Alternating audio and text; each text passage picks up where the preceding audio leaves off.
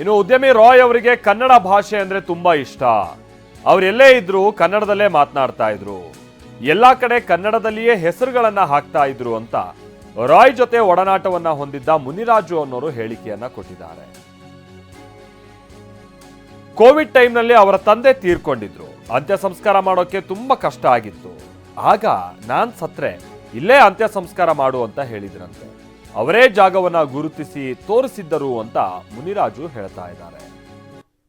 ಸಾರ್ಗೂ ನನಗೂ ತುಂಬ ವರ್ಷಗಳು, ಅಂದರೆ ನಾನು 98ರಿಂದ ಸಾರ್ ಜೊತೆ ಇದ್ದೀನಿ. 98ರಿಂದ ಅಲ್ಲಿ ಅವರು ಹುಟ್ಟಿದಬ್ಬ ಆಗ್ಬೋದು, ಅವ್ರದ್ದೇನೇ ಕೆಲಸ ಆಗಲಿ ನಾನೇ ಮಾಡ್ಕೊಂಬಂದಿದ್ದೀನಿ. ನಂದು ಸೌಂಡ್ ಲೈಟಿಂಗ್ ಕೆಲಸ. ಅವ್ರದ್ದೇನೋ ಒಂದು ಚಿಕ್ಕ ಶಾಮಿಯಾನ ಹಾಕಬೇಕಾದ್ರೂ ಚೇರ್ ಹಾಕಬೇಕಾದ್ರೂ ನನಗೆ ಹೇಳ್ತಾಯಿದ್ರು. ಆಮೇಲೆ ಸಾರ್ ಈಗ ನಮಗೆ ಇಷ್ಟು ಬೃಹದಾಕಾರ ಇಷ್ಟು ದೊಡ್ಡದಾಗಿ ಎಮ್ಮರವಾಗಿ ಬೆಳೆದ್ರೂ ಅವರೇ ಇದರಲ್ಲೇ ನಾವು ಇರ್ತಾಯಿದ್ವಿ. ಯಾಕಂದರೆ ಅವರು ಇಷ್ಟು ದೊಡ್ಡದಾಗಿ ಬೆಳೆದ್ರೂ ನಮ್ಮಂಥವ್ರನ್ನ ಕೈ ಬಿಡ್ತಾ ಇರಲಿಲ್ಲ. ನಮಗೆ ಕರೆದು ಕೆಲಸ ಹೇಳೋರು. ದುಬೈಯಲ್ಲಿದ್ದರು, ಅವ್ರು ಅಲ್ಲಿಂದನೇ ಫೋನ್ ಮಾಡಿ ಕನ್ನಡದಲ್ಲೇ ಮಾತಾಡ್ತಾಯಿದ್ರು. ಕನ್ನಡದಲ್ಲಿ ಮಾತಾಡಿ ನಮಗೆ ಮುನಿರಾಜ್ ಈ ಥರ ಕೆಲಸ ಇದೆ ಮಾಡಪ್ಪ ಅಂತ ಹೇಳ್ತಾಯಿದ್ರು. ಪ್ರತಿ ವರ್ಷ ಬರ್ತ್ಡೇ ನಾವೇ ಮಾಡ್ತಾಯಿದ್ವಿ, ನಮ್ಮ ಕಾನ್ಫಿಡೆಂಟ್ ಕ್ಯಾಸ್ಕೆಡಲ್ಲೇ ಮಾಡ್ತಾಯಿದ್ವಿ. ಅದೆಲ್ಲ ನಮ್ಗೆ ಒಂಥರ ಖುಷಿ ಆಗ್ತಾಯಿತ್ತು. ಹೌದು, ಅವರೇ ಫೋನ್ ಮಾಡಿ ಹೇಳ್ತಾಯಿದ್ರು. ಅವರೇ ಫೋನ್ ಮಾಡಿಬಿಟ್ಟು ನೋಡಪ್ಪ ಈ ಥರ ಬರ್ತಾಯಿದ್ದೀನಿ, ಎಲ್ಲ ರೆಡಿ ಮಾಡ್ಕೊ ಅಂತ ಹೇಳೋರು ಅಷ್ಟೇ.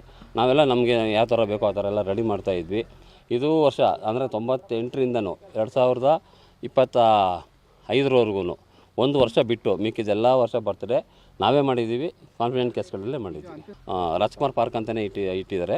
ಆಮೇಲೆ ಪಕ್ಕದಲ್ಲಿ ಸ್ಟೇಡಿಯಂ ಇದೆ, ಇದಕ್ಕೆ ರಾಜ್ಕುಮಾರ್ ಸ್ಟೇಡಿಯಂ ಅಂತಲೇ ಹೆಸರಿಟ್ಟಿದ್ದಾರೆ. ರಾಜ್ಕುಮಾರ್ ಪಾರ್ವತಮ್ಮ ಅಮ್ಮನ ಕರ್ಕೊಂಬಂದೆ ಅವ್ರ ಕೈಯಲ್ಲಿ ಇನಾಗ್ರೇಷನ್ ಮಾಡ್ತಿರೋದು. ಆಗಲೇ ಅವ್ರಿಗೆ ಕನ್ನಡ ಅಂದ್ರೂ ತುಂಬ ಇಷ್ಟ. ಅದಕ್ಕೆ ಎಲ್ಲ ಕಡೆ ಹೆಸರು ಅಷ್ಟೇ ಕನ್ನಡದಲ್ಲೇ ಅವ್ರು ಹಾಕ್ತಾಯಿದ್ರು. ರಾಜ್ಕುಮಾರ್ ಕ್ರೀಡಾಂಗಣ ಅಂತಲೇ ಹಾಕಿದ್ದಾರೆ. ಇಲ್ಲೇ ಅಂದರೆ ಆಗ ಕರೋನಾದಲ್ಲಿ ಅವ್ರದ್ದು ತಂದೆಯವರು ತೀರ್ಕೊಳ್ತಾರೆ. ತೀರ್ಕೊಂಡಾಗ ಅದು ಕರೋನಾ ಕಾಲದಲ್ಲಿ ನಿಮಗೆಲ್ಲ ಗೊತ್ತಲ್ಲ, ತುಂಬ ಕಷ್ಟ ಆಗ್ತಾಯಿತ್ತು.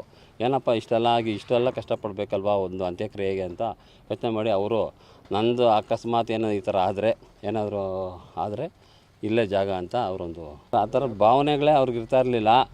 ಅವ್ರು ಬಂದ ತಕ್ಷಣವೇ ಬಾಪ ಹೆಂಗಪ್ಪ ಇದೆಯಾ ನಮ್ಮನ್ನೆಲ್ಲ ಎಲ್ಲರೂ ಕೇಳೋರು. ಈಗ ನಾನು ಬಂದರೆ ಏನಪ್ಪ ತೊಗೊಂಡೆ ಹೊಸದು ಅಂತ ಕೇಳೋರು. ಅಂದರೆ ಉರ್ದುಂಬಿಸ್ತಾಯಿದ್ರು. ಈ ವರ್ಷ ಏನಾದರೂ ಒಂದು ತೊಗೊಂಡ್ರೆ ಬರೋ ವರ್ಷ ಇನ್ನೂ ತೊಗೋಬೇಕು. ತೊಗೊಂಡ್ರೇ ಅವ್ರಿಗೆ ನಾವು ಆನ್ಸರ್ ಮಾಡೋಕ್ಕಾಗ್ತಾಯಿತ್ತು. ಅಟ್ಲೀಸ್ಟ್ ನಾವು ಅವ್ರಿಗೆ ಆನ್ಸರ್ ಮಾಡಬೇಕಂತಲ್ಲಾದರೂ ಏನಾದರೂ ತೊಗೊಳ್ತಾಯಿದ್ವಿ. ಸರ್ ಈ ವರ್ಷ ನಾನು ಒಂದು ಜನರೇಟರ್ ತೊಗೊಂಡೆ, ಈ ವರ್ಷ ಒಂದು ಸೌಂಡ್ ತೊಗೊಂಡೆ, ಆ ಥರ ಅಂತ ಹೇಳ್ಕೊಳ್ತಾ ಹೋಗ್ತಾಯಿದ್ವಿ. ಅದೇ ಥರ ಪ್ರತಿಯೊಬ್ಬರಿಗೂ ಏನಮ್ಮ ಚೆನ್ನಾಗಿದೆಯಾ ಏನಪ್ಪ ಚೆನ್ನಾಗಿದೆ ಅಂತಲೇ ಕೇಳ್ತಾಯಿದ್ರು.